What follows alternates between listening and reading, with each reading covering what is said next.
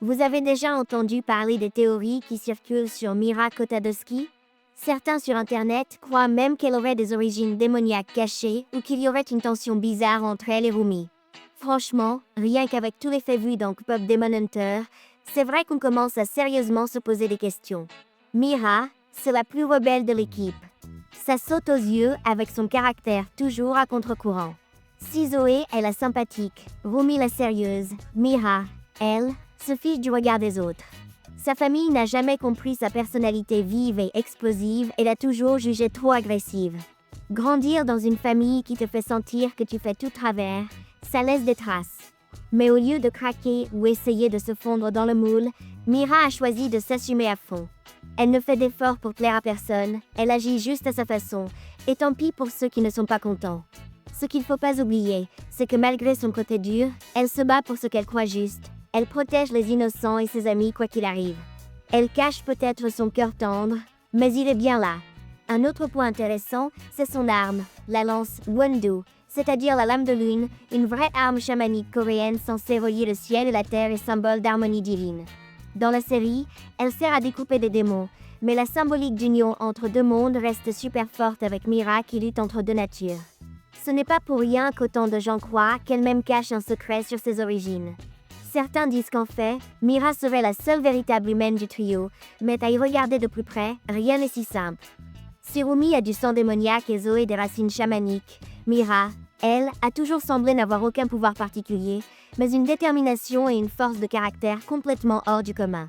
C'est la preuve vivante que tu peux devenir héroïque juste par la volonté et l'entraînement, même sans douiner. Pourtant, une vieille rumeur traîne chez les fans. Petite, Mira aurait montré des signes de pouvoir bizarres pendant une crise de colère, aurait accidentellement blessé quelqu'un et sa famille l'aurait rejeté depuis, d'où son statut des « enfants noirs » ou même des « enfants roses ». En plus, dans sa famille, tous ont les cheveux noirs sauf elle qui a une couleur flash sans explication logique. Beaucoup pensent que ça ne peut pas être une simple teinture vu l'éducation stricte qu'elle a reçue. Peut-être que son côté explosif vient d'une partie démon qui aurait refait surface d'une façon qu'elle-même ne comprend pas. Sa mémoire sur cette période est super floue, comme si son esprit avait bloqué le traumatisme. En réalité, cette théorie explique pourquoi elle accroche tant avec la Wondu, arme sacrée normalement réservée à certaines lignées, et pourquoi elle garde ses distances avec ceux qui veulent trop s'approcher d'elle. La lance sert autant à se défendre qu'à rester seule. Et même la Céline du groupe, qui voulait que Rumi cache ses marques, ne semble jamais rien avoir compris des failles véritables de Mira. Même à l'intérieur de son groupe, elle sent qu'elle pourrait être rejetée si on découvrait toute la vérité. Du coup, elle garde tout pour elle, cultive son image de sauvage, mais c'est en fait pour se protéger et protéger les autres de ce qu'elle pense être dangereux en elle. Soulignons que toutes ces histoires, ça reste la spéculation des fans, hein. Mais franchement, il y a pas mal d'indices qui collent. Ensuite, du côté du tempérament, Mira est réputée pour être la plus agressive au combat. Si tu regardes n'importe quelle scène d'action avec elle, tu remarqueras qu'elle ne réfléchit pas deux fois avant de se jeter dans la bataille. Elle frappe la première, jamais de pause, jamais d'hésitation. Incroyablement, ça lui réussit. Elle fait rarement des erreurs tactiques, car elle fonctionne à l'instinct pur. Ce genre d'intelligence très animale est souvent sous-estimé, mais c'est une vraie force dans ce genre de monde surnaturel. Mira sent le danger avant les autres et improvise mieux que quiconque. Mais ce n'est pas juste de la fureur.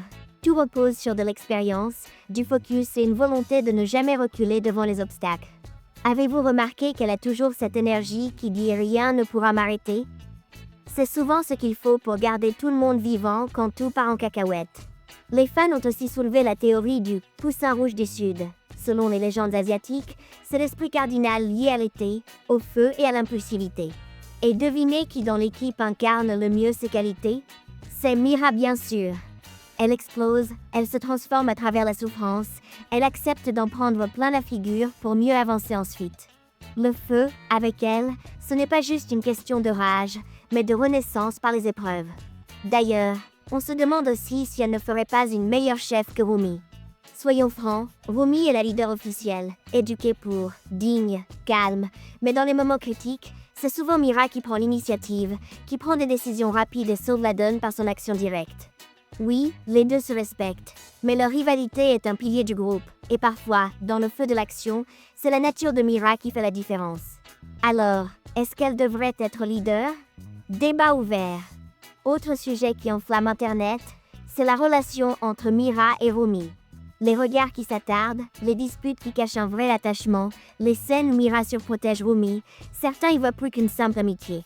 Peut-être que c'est de l'amour non dit, ou peut-être simplement une sororité très forte, mais le doute plane et ça fait vibrer les fans qui les ship ensemble. Quant à la fameuse histoire du triangle amoureux avec Romance et Abby, les Saja Boys, la journée des autographes en est le meilleur exemple. Les deux garçons tentent de charmer Mira, chacun à sa façon. Romance joue vaguement au beau ténébreux, Abby est décontracté mais piquant. Mira, elle, s'énerve, mais dans le fond, tout le monde voit qu'elle n'est pas insensible, surtout quand elle croise le regard d'Abby au moment du combat final. Ça ajoute une dose de fun et d'ambiguïté, donnant envie de voir jusqu'où ça ira dans un éventuel prochain film ou saison. Au final, ce qui fait que Mira est un perso aussi cool, c'est son mélange unique de vulnérabilité cachée, de force brute et de mystère. Elle nous prouve que tu peux être brisé et rebelle, mais toujours capable de défendre les tiens et d'inspirer les autres. Alors, que vous la voyez comme une future leader, une fausse humaine ou même une héroïne tourmentée en quête de vérité, une seule chose est sûre.